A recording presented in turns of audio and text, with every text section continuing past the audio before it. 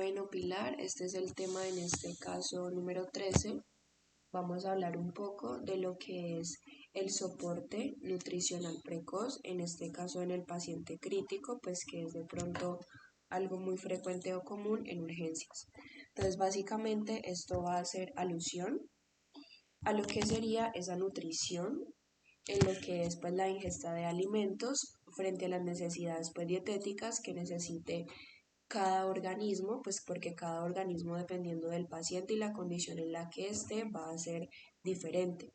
Y pues aquí el principal objetivo es que esa dieta sea suficiente, adecuada y que esté en este caso equilibrada para ese paciente en especial, en donde es muy importante pues que también se haga el complemento con lo que es un buen ejercicio físico, ya que va a ser pues algo muy pero muy importante para que se dé en este caso una buena salud.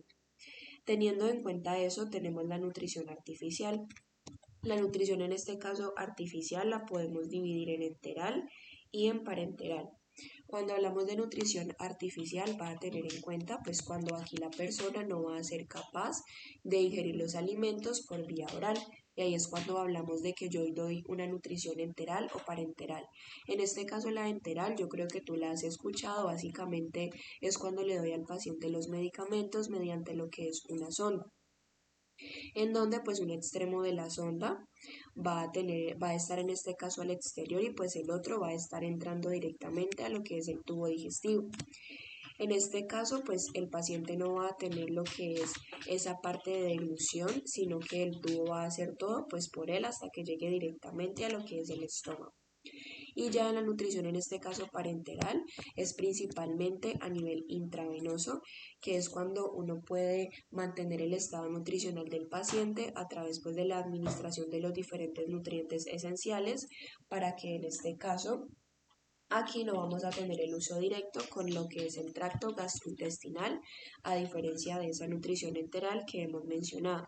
Sin embargo, para agrupar estos dos que hemos mencionado, pues básicamente la finalidad de ellos es que se mantenga o se mejore la funcionalidad orgánica del cuerpo, porque tú sabes que es muy importante que la persona se alimente, bien sea por vía enteral o parenteral, porque es básicamente esa fuente energética para poder en este caso permitir que cada una de las partes del cuerpo funcione de forma adecuada. Y también pues porque uno va aquí a prevenir en el caso de pacientes que mantienen en el hospital por un tiempo muy prolongado, pues se va a prevenir esa desnutrición que ellos pueden desencadenar de forma calórica y proteica. Así también vamos a permitir pues que se preserve lo que es la masa, en este caso tisular, se disminuyen los depósitos, en este caso endógenos de nutrientes. Listo. En ese orden de ideas, entonces, tanto la nutrición enteral como parenteral, tú sabes que van a ser muy pero muy usados y que son métodos muy eficaces y seguros. ¿Qué pasa? Se desconoce en este caso el tiempo que pueden permanecer pues sin nutrición. ¿Por qué? Porque en este caso, si uno mantiene a las personas, a los pacientes por un periodo de tiempo prolongado, en este caso en ayuno, esto puede llegar a ser muy perjudicial, por lo que se recomienda siempre mantener o empezar lo que sería esa nutrición artificial. Entonces, ¿qué pasa? Si en este caso sabemos que la nutrición del paciente va a ser en este caso un precoz, es decir, 48 horas desde que el paciente ingresó, esto va a disminuir también lo que vendrían siendo las infecciones a nivel nosocomial. Mira que también es muy importante esto porque tú sabes que a nivel hospitalario se albergan muchos microorganismos, y si de pronto yo a mi paciente no le doy esa nutrición de forma precoz, anticipada, que vendrían siendo 48 horas antes del ingreso, pues posiblemente puede que aumente el riesgo de que contraiga alguna infección a nivel del hospital. Luego vamos a pasar al estado nutricional de ese paciente crítico, ¿cierto? ¿Y esto de qué va a depender? Esto va a depender mucho de lo que sería en este caso la evolución que tenga el paciente. Entonces, la desnutrición, ¿cómo la vamos a definir? La desnutrición básicamente es que el aporte nutricional está siendo en este caso ineficiente o inferior a las necesidades que realmente está necesitando este paciente o que también tenga una pérdida excesiva de estos nutrientes, y esto es muy característico, muy importante, porque si el paciente cursa con esto podemos hablar de un factor de mal pronóstico donde le puede indicar que el paciente tiene una mayor mortalidad y por ende puede que tenga una mayor estancia en lo que es la unidad pues de cuidados intensivos, ¿vale? Y también porque va a aumentar mucho más lo que son esas infecciones a nivel hospitalario. Y luego tenemos entonces el otro extremo que sería la sobrenutrición del paciente. ¿Qué pasa? Esta generalmente está asociada pues que el paciente va a permanecer por un tiempo prolongado, en este caso intubado. También pueden aumentar lo que son las infecciones, el paciente puede cursar con hiperglicemia, puede también aumentar la urea e incluso las funciones hepáticas pueden aumentar, y todo esto también va a producirme lo que es un aumento de la mortalidad. ¿Qué pasa? En lo que es la unidad vital, en este caso intensiva, que va a ser muy frecuente. Van a ser frecuentes tantas estas situaciones de desnutrición como de desnutrición, ¿vale? Sin embargo, es mucho más prevalente lo que serían los pacientes desnutridos. Ahora vamos a hablar del proceso inflamatorio, pues para finalmente hacer un poco el recuento de eso que hemos venido hablando, ¿cierto? Entonces, el proceso inflamatorio que se puede desencadenar aquí principalmente es por estos pacientes pues que van a recibir terapias nutricionales, pues en este caso para poder cubrir estos requerimientos, en este caso calóricos, que tenga cada paciente. ¿Qué pasa? Esto va a desencadenar lo que es un proceso inflamatorio, y esto muchas veces va a estar correlacionado con el periodo o qué tanto tiempo ha estado el paciente aquí en lo que es en el hospital. Y mira que aquí me da una nota muy importante que te la voy a resaltar, la cual me dice: cuando aportamos proteínas y energía de forma correcta, vamos a reducir hasta lo que es, mira, un 50% la mortalidad del paciente a los 28 días, es decir, que aproximadamente un mes. ¿Qué pasa?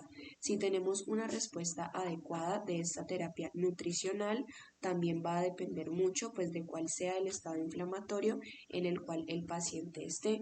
Y mira que no va a tener tanta correlación con, digamos, la enfermedad o la patología de base por la cual el paciente esté en el hospital. Entonces, así en términos muy generales, ¿qué pasa? Una inflamación sistémica que me va a llevar a lo que son muchas alteraciones a nivel metabólico. Dentro de ellas tenemos tres principales para que las recuerdes. En este caso, el paciente puede desencadenar una mayor resistencia a la insulina, su apetito puede disminuir y tendrá una menor entrada de nutrientes a la célula. En ese orden de ideas, entonces podemos continuar con que ese proceso inflamatorio del que venimos hablando se puede correlacionar muchísimo con lo que es la anorexia durante la enfermedad, así como puede ser también el catabolismo muscular. Tenemos también lo que es una malnutrición asociada a la inflamación, en donde aquí principalmente son esas enfermedades las cuales pueden desencadenar o causar una inflamación, y entonces me van a llevar a un desbalance, en este caso pues negativo, en los nutrientes que necesita el paciente. Como hemos mencionado, también va a estar muy correlacionado con lo que es esa inflamación sistémica, donde es muy necesario pues mandarle las pruebas relacionadas con lo que es los estados inflamatorios del cuerpo, como es la PCR, que es la proteína C reactiva. Ella es un indicador de lo que es inflamación y en estos casos vamos a encontrarla elevada. También el paciente puede cursar una hipoalbuminemia. Recuerda que la albúmina es una proteína muy importante a nivel del cuerpo y ella es la que principalmente en este caso se puede disminuir en esos casos de desnutrición marcados. ¿Qué pasa? El estado inflamatorio del paciente en este caso es muy importante a la hora de yo tener en cuenta si hago una nutrición artificial. Recuerda que mencionamos que esa nutrición artificial puede ser una nutrición en este caso enteral, que básicamente es mediante una sonda, y por medio parenteral, que sería a nivel intravenoso, en donde no va a pasar en este caso el alimento, lo que sería la nutrición, por vía gastrointestinal, sino que va a ser directamente por vía intravenosa. Tenemos que hay unas fases de la enfermedad por las cuales va a pasar este paciente crítico. Mira que hablamos de dos. Hablamos de una fase aguda y de una fase posaguda. En la fase aguda lo que vamos a tener es que el paciente, como está en esa etapa inicial, puede cursar con inestabilidad hemodinámica. Sin embargo, esta inestabilidad la podemos presentar durante un periodo temprano o tardío. El periodo temprano sería en un lapso de 24 a 48 horas y básicamente va a ser el motivo por el cual el paciente consultó a lo que es el servicio de urgencias, y esto generalmente suele desencadenarse en las primeras 24 horas. Ya el periodo tardío va a ser en este caso días, de 3 a 7 días, donde el paciente ya va a llegar con ese desgaste muscular muy marcado, y esto pues lo va a llevar a alteraciones en sus funciones a nivel metabólico. Continuando con lo que son esas fases posagudas, aquí el paciente en este caso puede llegar a mejorarse, pero ¿qué pasa? También puede desencadenar ese estado inflamatorio crónico, donde recuerda que mencionábamos que ese proceso inflamatorio pues iba a depender de que en este caso el paciente tuviera una respuesta adecuada a la terapia nutricional, y que esto básicamente va a estar muy correlacionado con esa enfermedad o ese estado inflamatorio que el paciente pueda estar cursando. Tenemos también que el paciente puede desencadenar el síndrome de catabolismo inflamatorio persistente, donde tenemos el acrónimo PIS. Y esto va a aumentar mucho más el tiempo de hospitalización del paciente. En ese orden de ideas tenemos dos características: un paciente sano y un paciente crítico. En un paciente sano principalmente vamos a tener en cuenta que aquí se van a combatir infecciones. ¿Para qué? Pues para que los órganos en este caso puedan y tengan la capacidad de cumplir sus funciones vitales. Sin embargo, pues van a necesitar lo que es la glucosa, que se van a obtener mediante esos procesos metabólicos como lo es la gluconeogénesis y glucólisis. Ten en cuenta que estamos hablando de esa fase posaguda en lo que es el paciente crítico, que podemos tener o un paciente sano o un paciente crítico. Luego tenemos el paciente crítico, que básicamente es el paciente que está cursando con ese síndrome de catabolismo inflamatorio persistente. Este paciente mira que ya va a desencadenar una resistencia a la insulina, de tal forma que puede causarme una hiperglucemia. Entonces, de tal forma pues que el paciente va a necesitar en este caso nutrientes, pero ya no van a ser obtenidos de lo que es la gluconeogénesis o glucólisis como si pasa en el paciente sano, sino que en este paciente principalmente los procesos serán de proteólisis y lipólisis, tal como me lo está mencionando aquí el texto. En ese orden de ideas, pues esto me va a desencadenar un mayor consumo de ¿qué? Un mayor consumo de oxígeno celular, porque en este caso tú sabes que esto va a causar mucho desgaste y también se va a perder mucho tejido adiposo, de tal forma que va a aumentar esa disminución de proteínas plasmáticas, y todo esto pues me lleva a una, en este caso, disfunción progresiva de los órganos, y si esto no se trata de forma adecuada o en este caso eficaz, el paciente puede llegar a un fallo multiorgánico. Ya hablando de esa nutrición enteral, que básicamente es la más segura, donde hemos mencionado que hace parte de esa nutrición artificial, es en caso cual la más segura. Entonces, si te preguntan cuál de las nutriciones artificiales es la más segura, tú vas a decir que sí o sí es la nutrición enteral. Y es en este caso la técnica esencial que se usa en lo que es la UCI. ¿Cuáles son las principales ventajas? Pues que me van a reducir lo que son las complicaciones que se puedan desencadenar, es mucho más económica y segura, y en este caso me va a reducir muchísimo lo que es la atrofia intestinal, pues porque básicamente como el alimento llega directamente a lo que es el sistema gastrointestinal, él va a seguir funcionando y no va en este caso a quedarse estático como si puede pasar en la nutrición parenteral. Algo muy importante es que va a preservar la función de la barrera del intestino, es decir, que se van a evitar sepsis, procesos en este caso infecciosos, porque recuerda que a nivel gastrointestinal tenemos la microbiota, la cual va a estar compuesta de bacterias, y en este caso, al yo darle a mi paciente nutrición enteral, pues se va a evitar esta translocación bacteriana. ¿Por qué? Porque en el caso de la nutrición parenteral, pues la persona va a llevar mucho tiempo, en este caso sin usar lo que es ese sistema gastrointestinal, es decir, básicamente sin comer pues directamente de forma adecuada, entonces el paciente en este caso puede desencadenar que las bacterias migren a lo que es el sistema digestivo, migren del sistema digestivo al torrente sanguíneo y se desencadene una sepsis. Esto es como lo diferencia o lo más marcado en lo que es esa nutrición enteral y parenteral. Y pues digamos que los inconvenientes, que no son muchos, en este caso que pueden haber cierto tipo de discrepancias dependiendo de la dosis que yo use o administre en mi paciente. En ese orden de ideas tenemos lo siguiente. Las indicaciones entonces de esa nutrición que venimos hablando, que es básicamente esa nutrición enteral, es que se puede indicar en lo que son esas alteraciones de origen mecánico, como lo son tumores de cabeza, cuello, en donde el paciente en este caso no va a tener la capacidad de en este caso alimentarse por sus propios medios, sino que necesita de esa sonda para poder lograrlo. También tenemos lo que son en este caso estenosis esofágicas no tumorales o tumores en esófago y cuello. A nivel neuromotor y neurológico tenemos en este caso esclerosis múltiple o la ELA, que es la esclerosis lateral amiotrófica, que me puede causar disfagia, en este caso ese dolor o esa dificultad para tragar. En el accidente cerebrovascular, parálisis, coma, demencia o incluso un traumatismo cráneoencefálico. En las enfermedades ya de origen directamente gastrointestinal puede ser una pancreatitis o una enfermedad inflamatoria pélvica, como lo es la enfermedad de Crohn y la colitis, alguna malabsorción, fístulas o neoplasias. ¿Qué pasa? Cuando hay un aumento de esas necesidades nutritivas, podemos tener ya más que todo relación con una malnutrición, con la sepsis que mencionábamos que era muy frecuente, la anorexia o la mala dentición, esas alteraciones a nivel hepático, que también en este caso el paciente tenga una insuficiencia renal, quemados, trasplantes de órganos, entre muchísimas más otras causas.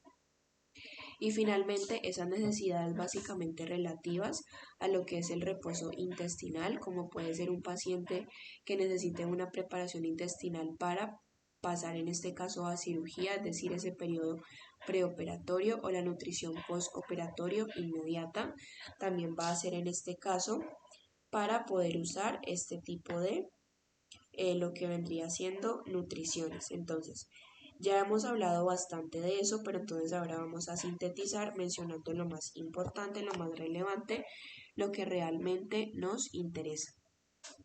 Entonces, estamos hablando de qué? De esa nutrición precoz, el cual va a necesitar el paciente crítico. ¿Por qué?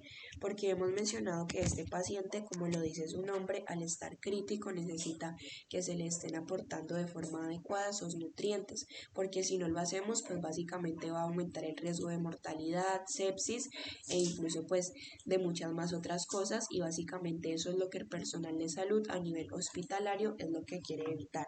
¿Qué es lo que va a pasar? Que a este paciente tú como enfermera debes de administrarle lo que vendría siendo una nutrición que sea adecuada y equilibrada. Siempre tiene que estar combinada de lo que es un buen ejercicio físico, ¿vale? Dame un momento que apague el iPad. Ya. Ay, espérame.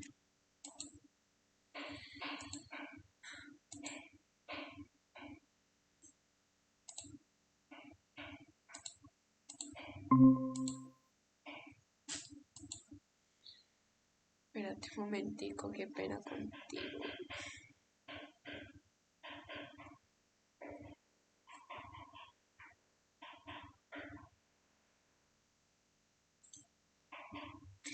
Bueno, ahora sí ya, qué pena contigo aquí que es que se me salió la pantalla, pero bueno. Entonces, en ese orden de ideas, vamos a resumirlo como lo más fácil, lo que tú más tienes que saber y no nos compliquemos mucho con esta parte que realmente no es complicada. Entonces, hemos mencionado esa nutrición artificial donde mencionamos dos principales, la nutrición en este caso enteral y la parenteral, mencionando que la enteral iba a ser ¿cuál? La más segura, ¿cierto? ¿Por qué? Porque en este caso pues iba a reducir las complicaciones, porque iba en este caso a reducir la atrofia intestinal que se pudiera desencadenar y porque también iba a preservar esa función de barrera por parte del intestino, es decir, que iba a evitar que el paciente desencadenara esa translocación bacteriana y se pudiera desencadenar un proceso de sepsis. Algo que sí se puede presentar en la nutrición parenteral. ¿Por qué? Porque la nutrición parenteral la hacen directamente por vía intravenosa, pues básicamente el paciente va a poner en un estado de reposo lo que es el sistema gastrointestinal porque no lo vamos a usar y entonces puede desencadenar muchas más complicaciones y que el paciente en este caso se le desencadene una atrofia intestinal. Entonces recuerda, de la nutrición artificial la más importante o la que más se usa es la enteral. Entonces, en ese orden de ideas pasamos al estado nutricional, el cual debe de cursar este paciente que está en estado crítico, donde hemos mencionado que podemos hablar de dos extremos, la desnutrición y la sobrenutrición.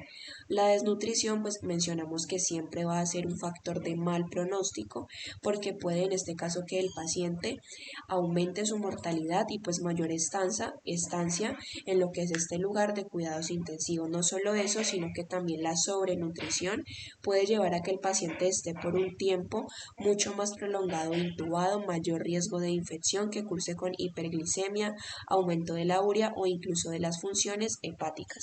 Y mira que en este caso, ¿cuál va a ser la más prevalente? La más prevalente es la desnutrición.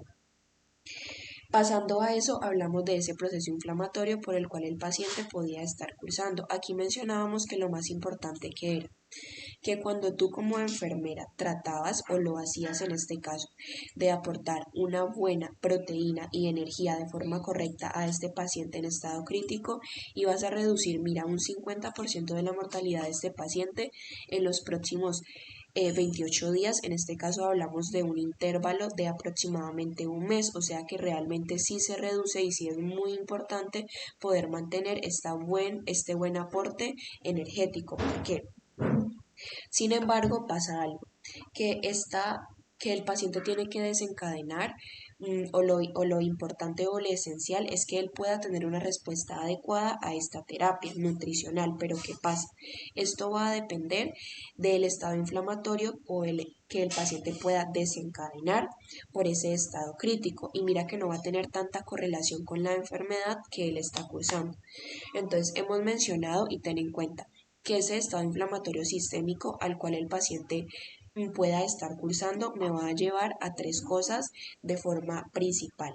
El paciente desencadena una mayor resistencia a la insulina, por lo que hemos mencionado que puede hacer una hiperglucemia, ¿cierto? El paciente disminuye el apetito y va a tener una menor entrada de nutrientes a nivel celular, de tal forma que eso va a desencadenar que entonces el paciente tenga un mayor riesgo de que de estar desnutrido. Por eso, como mencionábamos, el 65% de los pacientes críticos cuando se les da de alta están más en desnutrición que en esa sobredesnutrición que también mencionábamos que se podía desencadenar. En ese orden de ideas también podemos hablar de una malnutrición relacionada con lo que es ese proceso inflamatorio, donde aquí es importante hacerle al paciente pruebas que me indiquen que realmente está en ese proceso inflamatorio sistémico, como lo es la PCR, mencionando que como iba a estar elevada y que también otro indicativo es que el paciente pueda cursar con una hipoalbuminemia, donde te mencionaba que es la principal proteína que yo voy a tener a nivel en este caso de lo que es el plasma. Por ende, si el paciente la disminuye, yo posiblemente pueda pensar en un proceso de malnutrición. Es muy importante que recuerdes que es muy importante que tú escojas de forma adecuada cuál es la nutrición artificial que le vas a dar al paciente. Recuerda que hay dos, una que es en este caso enteral y la otra va a ser parenteral, ¿vale? Luego mencionábamos que teníamos unas fases en la enfermedad de este paciente crítico, hablando de dos principales, una fase aguda y una fase posaguda. En la fase aguda, el paciente básicamente, digamos que está descompensado, por tal va a cursar con una inestabilidad hemodinámica. Sin embargo, recuerda que se pueden dar en dos periodos, algo que sea de forma temprana o algo ya de forma tardía. De forma temprana estamos hablando en un lapso de 24 a 48 horas y en este caso este va a ser el motivo por el cual el paciente va a ingresar por esa en este caso descompensación que está presentando, porque tú sabes que bueno, los seres humanos lastimosamente hasta que no vemos que estamos en nuestro periodo más crítico no en este caso consultamos a lo que es el servicio de urgencias o al servicio pues del hospital, y en este caso al paciente se le suele presentar esto durante lo que son las primeras 24 horas, y ya en ese periodo tardío, que es en un lapso de 3 a 7 días, ya el paciente va a progresar esta inestabilidad en este caso que presentaba de forma temprana, donde ya va a desencadenar un desgaste muscular y va a haber una mayor desestabilización de esas funciones metabólicas en el paciente. Dicho esto, recuerda esa fase posaguda que básicamente tiene la correlación con ese estado inflamatorio catabolo crónico, donde mencionábamos el PIS. ¿Qué es el PIS? El síndrome catabólico inflamatorio persistente. Tienes que leerlo en este caso al revés para que te puedan dar las siglas. Aquí en esta fase posaguda mencionábamos dos cosas importantes. Podíamos tener que un paciente sano y uno crítico, y pensémoslo en términos fáciles y generales. El paciente sano, básicamente, ¿qué pasa? El paciente tiene que combatir esas infecciones, pero pues para eso que necesita nutrirse, ¿cierto? ¿Y cómo lo va a hacer? Pues por medio de esa glucosa. Y tú sabes que la glucosa se va a desencadenar a través de dos procesos metabólicos súper importantes, gluconeogénesis y glucólisis. ¿Por qué? Porque el paciente está sano. Pero ya este paciente crítico, donde hemos mencionado que puede desencadenar en este caso esa resistencia a la insulina por ese periodo inflamatorio persistente que él pueda desencadenar, entonces el paciente en este caso ya no va a usar lo que es ese proceso normal o sano, que es la gluconeogénesis o la glucólisis, sino que ya va a recurrir a lo que son esos ácidos grasos, como lo es la proteólisis y la lipólisis. Esto va a desencadenar que en este caso que disminuya el tejido adiposo, va a haber un mayor consumo de lo que vendría siendo oxígeno a nivel celular, y esto también me va a predisponer a que disminuyan las proteínas a nivel plasmático. Entonces, Pilar, como estamos hablando en este caso de que este paciente en fase posaguda, un paciente crítico, va a desencadenar principalmente ese síndrome de catabolismo inflamatorio persistente. Recuerda que mencionamos que ese proceso inflamatorio sistémico me va a llevar a tres cosas principales, tenlo muy presente.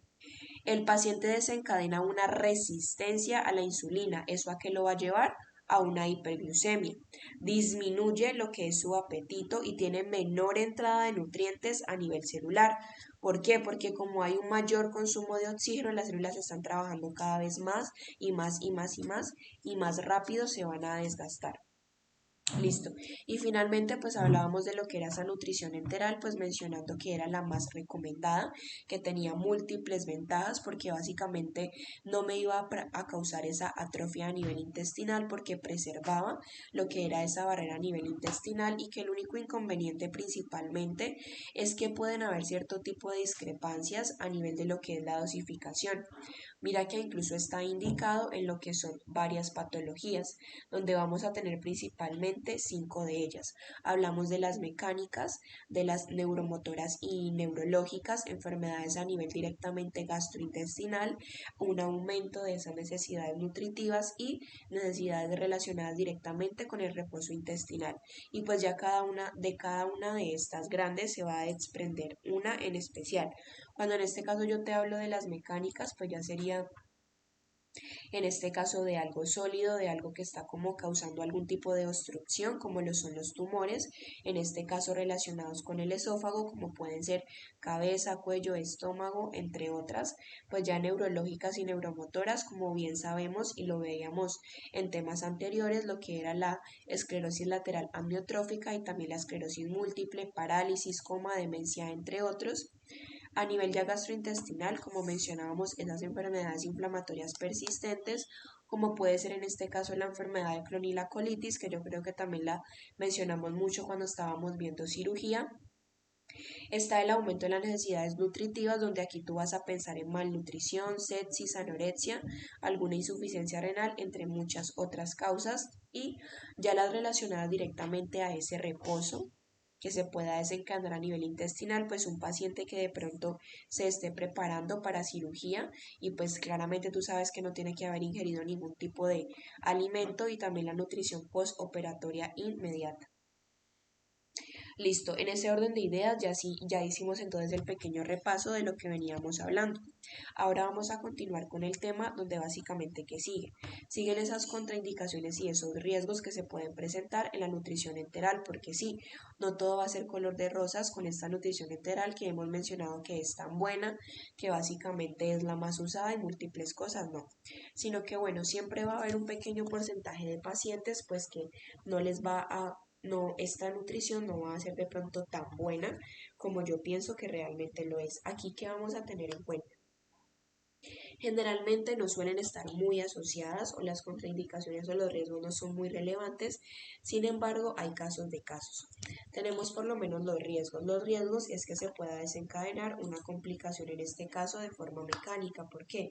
Pues por la técnica que utilice en este caso el personal de salud, la vía que use, el tamaño, el material, la sonda, todo ese tipo como de procedimientos, si no se hace de forma adecuada, suave y con calma y de pronto siendo muy cuidadoso a la hora de hacerlo, pues también puedo desencadenar cierto tipo de lesiones a nivel de lo que es el paciente. ¿Listo? ¿Por qué?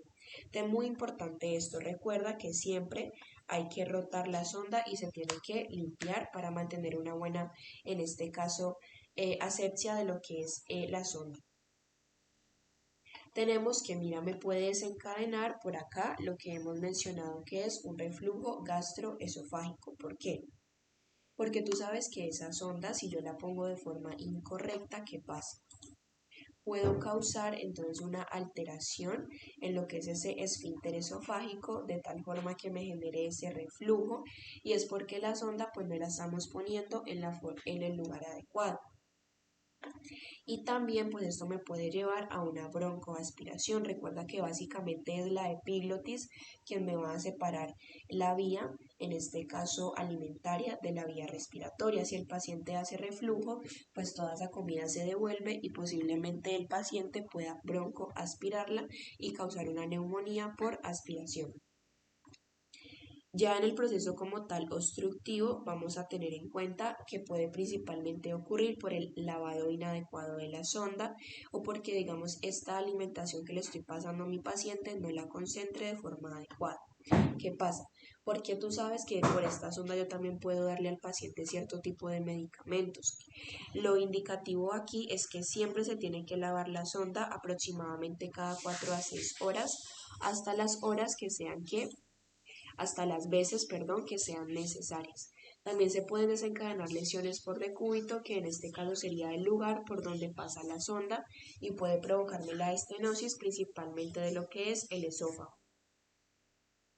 Tenemos que también se puede desencadenar lo que es esa hemorragia digestiva alta, que se rompa la sonda, también que tengan un mal posicionamiento en este caso de la sonda, las náuseas y los vómitos, algún dolor abdominal, neumonía por aspiración como te explicaba anteriormente, de pronto una hiperhidratación o complicaciones infecciosas. Acá que lo importante es que en la hiperhidratación debemos de tener en cuenta a la hora en la cual yo voy a alimentar a mi paciente, ¿vale? Y también en lo que es la neumonía por aspiración va a tener mucha correlación en cómo es la postura que mi paciente está teniendo y también pues comprobar el llenado del estómago, porque si yo le doy en este caso más alimento del cual puede albergar su estómago, esto puede hacer lo que mencionábamos, ese reflujo, que el paciente en este caso broncoaspire y pueda cursar con una neumonía. Listo, luego tenemos unas contraindicaciones en este caso de forma absoluta, donde podemos encontrar 4 principales. Vamos a tener que el paciente puede en este caso cursar con una perforación a nivel gastroduodenal, porque pues Si el paciente tiene una perforación, no es recomendable que yo le ponga la sonda porque puedo en este caso aumentar mucho más esa perforación. Si el paciente tiene una hemorragia, tampoco le voy a poner la sonda. Si tiene obstrucción, tampoco se la pongo, ni tampoco en este caso algún tipo de lesión que lleven a cirugía de urgencias, ¿vale? ¿Qué pasa? Aquí, siempre que yo ponga en este caso esta nutrición de forma enteral, el estómago debe de estar vacío. Y bueno, creo que ya enfatizamos mucho en esa nutrición de característica enteral. Ahora vamos a hablar de la parenteral, que bueno, hemos mencionado que no es tan buena, mas sin embargo hay ciertos casos en los cuales debe de usarse. Vamos a hablar principalmente de tres cosas: la cantidad de nutrientes que ella aporta, cuál es la vía de administración y el tiempo por el cual yo debo de usarla. En ese orden de ideas, la cantidad de nutrientes vamos a, en este caso, a clasificarla en dos grandes grupos: en la nutrición parenteral total o en la nutrición parenteral parcial o completa. Cuando hablamos de total, es en este caso es que, pero todos los nutrientes que yo le estoy dando a mi paciente de forma diaria los hago por vía parenteral. Y pues ya la parcial y la complementaria, como lo dice su nombre, en este caso el paciente aún puede administrarse por vía oral, pero aún así necesita ese aporte como extra de nutrientes para poder llevarle un buen equilibrio o un buen balance al cuerpo y que pueda nutrirse de forma adecuada. En la vía de administración también vamos a subdividirlo en lo que son dos grandes grupos. Tenemos esa nutrición parenteral que yo puedo dar de forma central o periférica. Pues de forma central, básicamente tú sabes, y más que eres súper buena haciendo eso, como me has dicho, básicamente esto va a ir directamente en las venas de ¿qué? De gran calibre, como es la vena cava superior. Y en este caso aquí hablaríamos y lo correlacionamos con esa nutrición completa en donde va a tener, donde vamos a correlacionarlo que esta nutrición toda, pero todos los nutrientes se los administro a mi paciente por vía parenteral. Ya cuando es por vía periférica, en este caso hablamos principalmente de lo que son esas vías de pequeño calibre, en donde no va a aportar una gran cantidad de nutrientes. ¿Por qué? Porque el paciente, como lo mencionábamos arriba, el paciente tiene esta nutrición de forma parcial o básicamente complementaria, es decir, que él aún tiene la capacidad de alimentarse por vía oral, pero necesita como ese aporte extra, esa milla extra para poder en este caso estar completamente bien nutrido. Y esta pues básicamente, como mencionábamos, la vamos a usar por un periodo de tiempo corto. Y mira la diferencia de la nutrición parenteral central de la nutrición parenteral periférica. Son dos características importantes. Primero, que hemos mencionado que la central en venas de gran calibre y los nutrientes son de alta osmolaridad. Y en la nutrición parenteral periférica son vías de pequeño calibre. Y en este caso son nutrientes de ¿qué? De baja osmolaridad. Listo. Continuando con el tiempo, puedo hacerlo también de dos grandes grupos. Voy a hablar de una forma continua o de una forma cíclica. De forma continua voy a administrarlo en un periodo de tiempo de 24 horas. Y de forma cíclica es durante varios intervalos de tiempo. Es decir, que durante el día tú vas a administrar de forma intermitente la nutrición. Un ejemplo, cada 3 horas, cada 4 horas, eso ya depende pues de la indicación para cada paciente. Listo. En las indicaciones de esa nutrición parenteral vamos a tener varias, pero digamos que hablemos de 6 principales para de pronto no hacerlo muy tedioso o muy complicado. Básicamente tú la vas a usar cuando el paciente tenga una dificultad o una incapacidad para usar el tracto digestivo.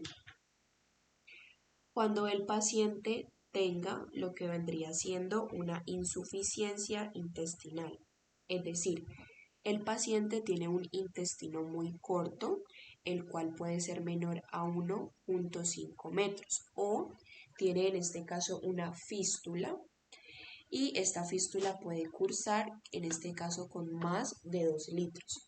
Otra indicación es que en este caso el paciente esté indicado para, en este caso, nutrirse en 3 o 5 días por vía oral o parenteral, es decir, que el paciente durante 3 o 5 días no pueda, en este caso, nutrirse por vía oral o enteral, que principalmente es para procedimientos de característica quirúrgica, ¿cierto?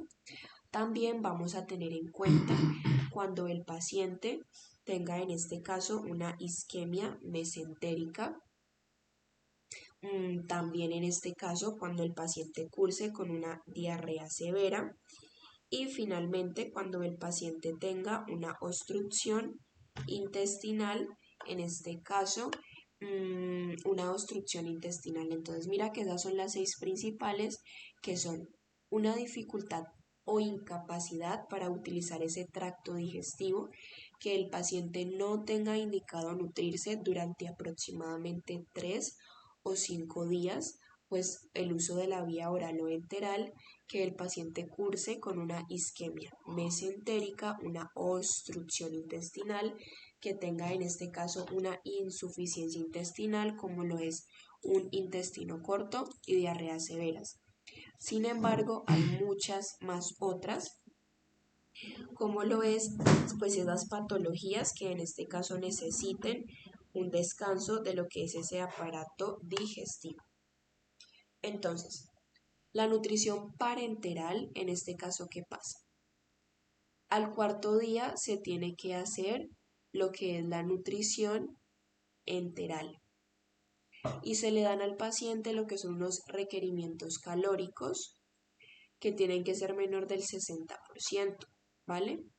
Entonces, cuando yo doy esa nutrición parenteral complementaria, es que solamente le estoy dando una pequeña proporción de aporte nutricional al paciente, no es de forma completa.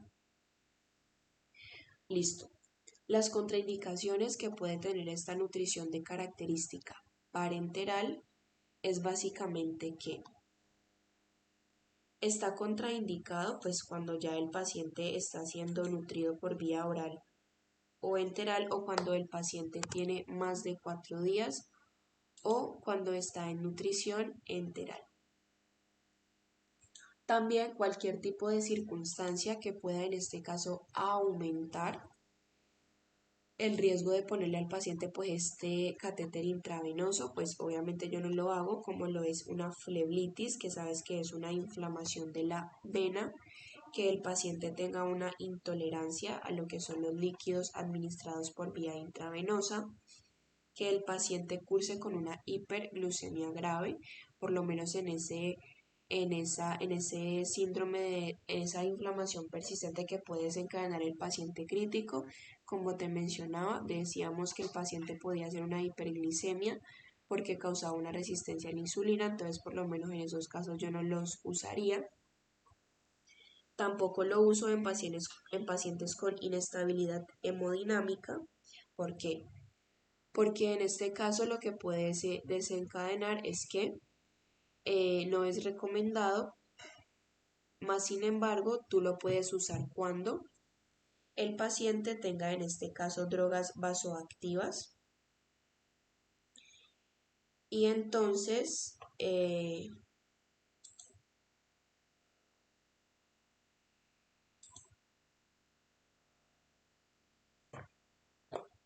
decir, si el paciente tiene una inestabilidad hemodinámica, tú no la vas a usar, pero si el paciente en este caso consumió drogas vasoactivas y el paciente está estable, tú lo puedes usar, pero si está inestable, no lo puedes usar, ¿vale? ¿Qué más aquí importante? El paciente en este caso puede nutrir y absorber de forma adecuada y suficiente esa alimentación, por lo que vendría siendo la vía oral y enteral. Entonces lo que puede suceder es que el paciente va a tener un buen estado nutricional y en este caso la instancia en la UCI será inferior a los 4 días. Pero ¿qué pasa? Pueden haber lo que son unas consecuencias de todo esto que venimos hablando. Dentro de ellas, el paciente puede desencadenar una sobrenutrición, donde mencionábamos que el paciente puede cursar con una hiperglicemia, aumentan esas infecciones. El paciente también puede desencadenar una hipertrigliceridemia, por lo que al tener esa resistencia a la insulina, pues el cuerpo iba a tratar de compensarlo con lo que es los ácidos grasos. También puede tener esa hipercapnia, porque mencionábamos que había ese aumento en lo que era el consumo de oxígeno, entre otras cosas. También el paciente puede cursar con una infranutrición, es decir, que básicamente también va a tener correlación con lo que mencionábamos, aumentan las infecciones, hay una mayor dificultad en los procesos de cicatrización, el paciente puede llegar a inmunodeprimirse o desencadenar úlceras por presión. En los efectos ya secundarios de esto, el paciente puede cursar con anomalías a nivel de la glucosa, dentro de las cuales vamos a hablar de lo que serían en este caso 4 principales, que son las complicaciones hepáticas, las anomalías de los electrolitos y minerales séricos, enfermedad ósea metabólica y lo que son las complicaciones vesiculares. Empezando con lo que son las complicaciones hepáticas, pues ellas pueden ser de forma transitoria o persistente. Y lo que sucede es que tú sabes que el hígado es el encargado en este caso de todos los procesos metabólicos del cuerpo, ¿cierto? Y en este caso, pues si el hígado no funciona de forma adecuada, pues va a disminuir ese aporte proteico que él también va a desencadenar, porque el hígado es el principal encargado de producir las proteínas del cuerpo, como lo es la albúmina que te mencionaba, que es una de las más importantes. Luego pasamos a las anomalías en los electrolitos o en los minerales, y básicamente lo que sucede es que esto puede desencadenar una sobrecarga de volumen, y entonces va a desencadenar que el paciente pueda cursar con esas complicaciones a nivel hepático o renal. En esa enfermedad ósea de origen, en este caso metabólico, generalmente se puede presentar cuando el paciente lleva más de 3 meses de nutrición parenteral. Mira que aquí estamos hablando de los efectos secundarios que el paciente pueda desencadenar por ese uso prolongado o persistente con nutrición parenteral, porque como decimos, pues todo en exceso siempre va a hacer daño. También el paciente puede cursar con complicaciones a nivel vesicular, como lo es la colecistitis. Recuerda que colecistitis es la inflamación de la vesícula biliar. Entonces tenemos en este caso los fármacos que yo puedo usar por vía parenteral. Aquí tenemos varios, digamos que no los voy a mencionar todos, pero dentro de los que de pronto me parece a mí importantes son principalmente en este caso antibióticos, como tenemos clindamicina, amicacina, cefazolina, ceftazidima, ceftriaxona. También tenemos en este caso antiparasitarios como metronidazol. Tenemos también vancomicina, que también me sirve en este caso para bacterias, entre muchos otros.